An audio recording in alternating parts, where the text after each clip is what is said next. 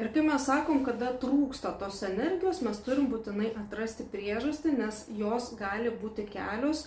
Ir aš tiesiog atradau bent jau 9 punktus, dėl ko gali trūkti energijos. Jeigu jūs nesergat kažkokia rimta liga, o yra tam tikrų tokių deficitų arba tam tikrų medžiagų, arba kur kūnas pagamina per daug, sakykime, kaip insulino kiekį, jeigu pagaminamos yra per daug, arba kortizolio, tai vėlgi gali įtaką daryti ir mūsų energijai.